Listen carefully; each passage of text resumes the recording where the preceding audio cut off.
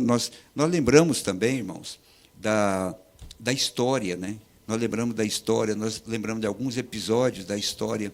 Isso é profundo, irmãos, porque a igreja está nessa condição hoje, porque ela não observou como ela estava se afastando dos princípios que foi estabelecido por Deus. Lembrando que Paulo já veio para corrigir a igreja primitiva.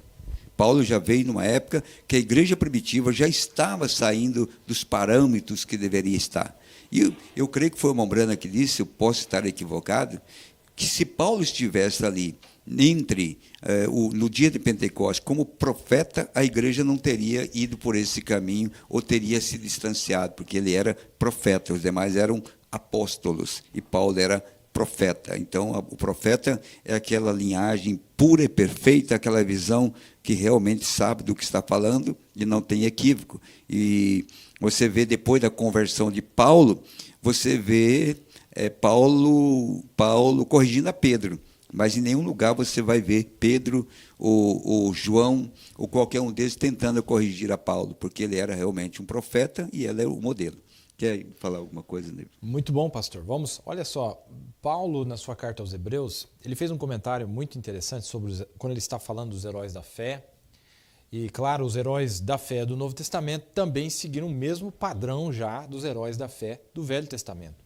E ele usa uma terminologia muito interessante, ele diz assim, todos esses morreram na fé, sem terem recebido as promessas, mas vendo-as de longe, crendo nelas e abraçando-as, confessaram que eram estrangeiros e peregrinos na terra. Peregrinos, essa palavra peregrino, pastor, peregrino. Muito interessante, porque nós vamos notar o seguinte, que ao longo da história, como o pastor acabou de citar, e eu acho isso muito importante, se nós olhássemos para a história, nós aprenderíamos muito, mas a igreja perdeu o seu conhecimento da história. Ela perdeu as suas origens, muita gente não se interessa de saber de onde nós viemos, de onde que nós viemos, qual é o nosso pedigree, qual é a minha linhagem.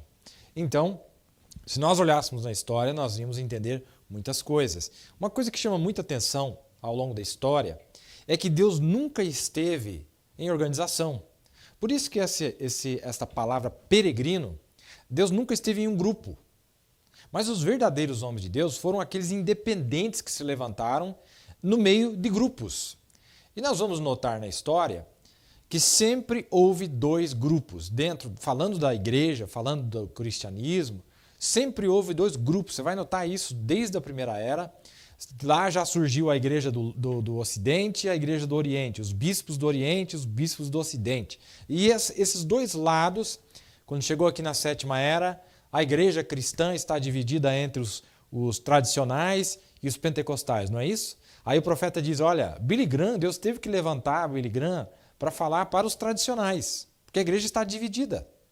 E aí Deus mandou o Oral Roberts para os pentecostais. E aí ele mostra o seguinte, que os homens usados por Deus não estão nem aqui e nem aqui. Eles estão lá no meio, mas eles não fazem parte de nenhum desses dois grupos principais. E eu achei interessante, e acho por bem começar falando disso, pastor, porque como o pastor acabou de dizer para nós aqui a respeito da história, no livro das Eras, na página, deixa eu achar aqui para vocês, na página 226, quando ele fala do concílio de Nicéia, tinha dois grupos lá. No concílio de Nicéia, tinha dois grupos de cristãos e estava tendo desentendimento entre esses dois grupos de cristãos. E aí o profeta diz, na página 226, agora no final da quarta era, o que seria também, não, estou lendo errado aqui, página 19, também não, perdão, agora vai, 166, isto, falando aqui do concílio de Nicéia. A segunda e melhor conhecida razão é que Constantino tinha uma batalha muito difícil pela frente para assumir o controle do império. Certa noite, no sonho, ele viu uma cruz branca aparecer diante dele. Ele sentiu que isso lhe era um presságio, que se os cristãos orassem pela sua vitória, ele venceria a batalha. Ele lhes prometeu liberdade caso fosse vitorioso. Ele foi vitorioso e a liberdade de adoração foi concedida no Edito de Nantes, no ano de 312. Um pouquinho antes do concílio de Nicéia. Já deu um presentinho para eles, né? Para pegar eles numa armadilha. Porém, esta isenção de perseguição e morte não foi tão magnânima. Magnânima quer dizer tão bondosa, tão generosa, como a princípio pareceu. Constantino agora era o patrono. Como patrono, seu interesse era algo mais do que um observador, porque ele decidiu que a igreja precisava de sua ajuda em seus negócios. Ele tinha visto eles discordando sobre vários assuntos, uns dos quais envolvia Ários, que era o bispo de Alexandria, que ensinava a seus adeptos que Jesus não era verdadeiramente Deus, mas um ser secundário, tendo sido criado por Deus. Agora presta atenção, doutrina falsa, não é, pastor? Falsa. Doutrina falsa. Então, um dizia, já estava, o lado que dizia que estava certo, já veio defendendo uma doutrina falsa. Aí o outro lado, que ele discordava dele, vamos ver o que eles criam. A igreja ocidental sustentava uma opinião contrária, crendo que Jesus era a própria essência de Deus e, como diziam, coigual com o Pai. Falso também. Jesus é o próprio Pai em outra forma. Os dois, quer dizer, uma igreja tentando lutar contra outra, essa com falsa doutrina e essa com falsa doutrina. Veja que nesses grupos maiores, irmão, eles já tinham se desencaminhado. Eles não tinham uma verdade. Olha, o ano 325, meu Deus do céu, mas 325 é como se fosse poucos segundos aos olhos de Deus e a igreja já tinha se descambado. E agora, irmão, eles lá se matando para defender doutrina falsa com doutrina falsa. Muito bem. Coigual com o Pai. Com tais assuntos, juntamente com a intrusão de cerimônias pagãs da adoração, o imperador convocou o Concílio de Nicéia em 325 com o pensamento de que ele reuniria todos os grupos numa circunstância tal onde pudessem aplainar suas diferenças e chegar ao entendimento comum, e todos seriam um. Não é estranho que, embora começasse com Constantino, isso não morreu, mas está bem vivo hoje no papel do Concílio Mundial de Igrejas.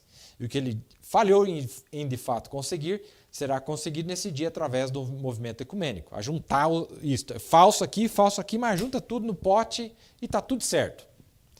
Olha que interessante. Agora, esta interferência do Estado na igreja é uma tolice, porque o mundo não compreende nem a verdade que se encontra na palavra, nem os caminhos da igreja. Como é que se opera, como é que se estabelece bispos, como é que se estabelece pastores, como é que uma igreja é soberana. Eles não conhecem nada. Não é só doutrina. Não conhecem nem o procedimento, que é o nosso foco, né? Ora, olha que interessante. A própria decisão dada pelo concílio de que Ários estava errado, olha, até que acertaram lá. Não, esse aí está fora. Mas olha só. Foi revertida 2 anos mais tarde pelo imperador e por muitos anos aquela falsa doutrina foi impingida ao povo. Na hora lá falaram que ele estava errado, depois, não, peraí, está certo. Aí o profeta disse, e por muitos anos aquela falsa doutrina de Ários foi impingida. Impingida significa fazer alguém acreditar em coisa falsa, está no dicionário. Fazer alguém acreditar em coisa falsa. Quer dizer, o imperador, pela força do Estado, não, isso é assim, tem que ser assim. Então você vai perceber, irmão, que Deus condena a organização de cima a embaixo. Não salva nada quando qualquer grupo tenta se organizar, estabelecer a ideia de arcebispo, de bispo, de uma hierarquia. Isso não funciona, né, pastor? Não. Então, vamos começar por aqui e aí vamos ver onde é que Deus vai nos levar.